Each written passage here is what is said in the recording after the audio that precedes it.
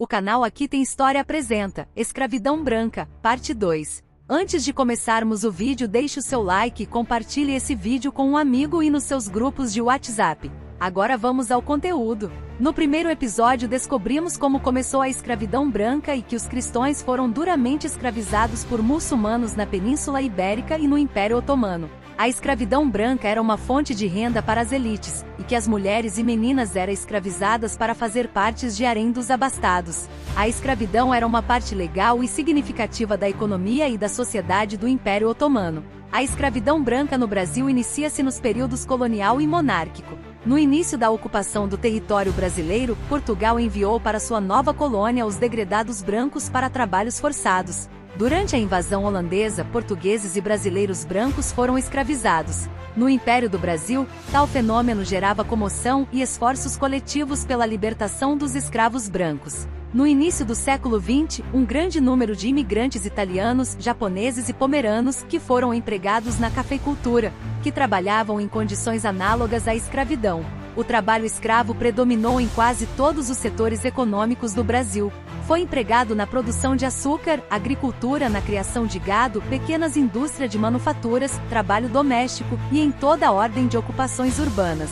Na atualidade, há episódios classificados como trabalho escravo no Brasil, a conhecida escravidão moderna. Na segunda metade do século XVII, durante o período colonial dos Estados Unidos, a escravidão branca foi uma prática comum, até a proclamação de emancipação, que efetivamente aboliu a escravidão no transcorrer da Guerra Civil Americana. Existiram escravos brancos nos Estados Unidos em uma proporção muito menor que de escravos negros. Os mexicanos pobres que moravam próximo à fronteira com a América eram sequestrados e vendidos como escravos brancos nos Estados Unidos durante a expansão para o oeste americano. Há casos também de órfãos, bebês indesejados, dentre outros, que eram vendidos como escravos. Houve o caso emblemático do menino Charles Taylor, filho do senhor branco Alexander Scott Vitters e de sua esposa Lucy Taylor. O menino Charles foi vendido junto com sua mãe como escravos pelo próprio pai. Ele e sua mãe foram libertados em 1863 na Louisiana, pelo Exército da União,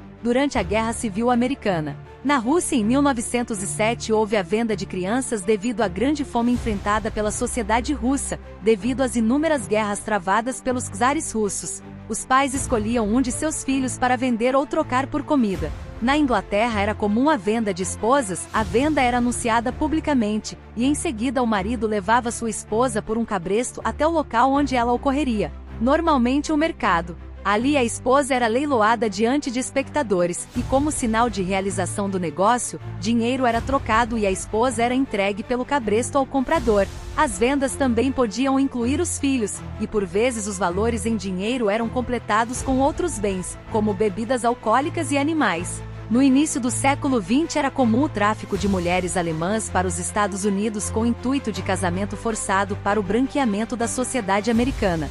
Para combater o tráfico sexual nos Estados Unidos, em 1910 o Congresso americano aprovou a Lei do Tráfico de Escravos Brancos Lei Mann, que tornou crime o transporte de mulheres através das fronteiras estaduais para fins de prostituição ou devassidão, e para quaisquer outros propósitos imorais. Durante o genocídio do povo armênio na Europa Oriental, as mulheres e meninas eram vendidas como escravas sexuais pelos otomanos. Nos dias atuais, a América do Sul foi declarada como o principal destino e partida para as meninas traficadas. Se você souber casos de escravidão e tráfico humano, denuncie. O canal de denúncias no Brasil é o Disque 100. O canal Aqui Tem História agradece sua audiência, solicita seu joinha, inscreva-se no canal. Achou esse conteúdo interessante? Compartilhe e deixe o seu comentário sobre o assunto. Quer ficar um pouco mais conosco? Clique em um dos cards que aparecem em sua tela e até breve. A função do historiador é lembrar a sociedade daquilo que ela quer esquecer. Peter Burke.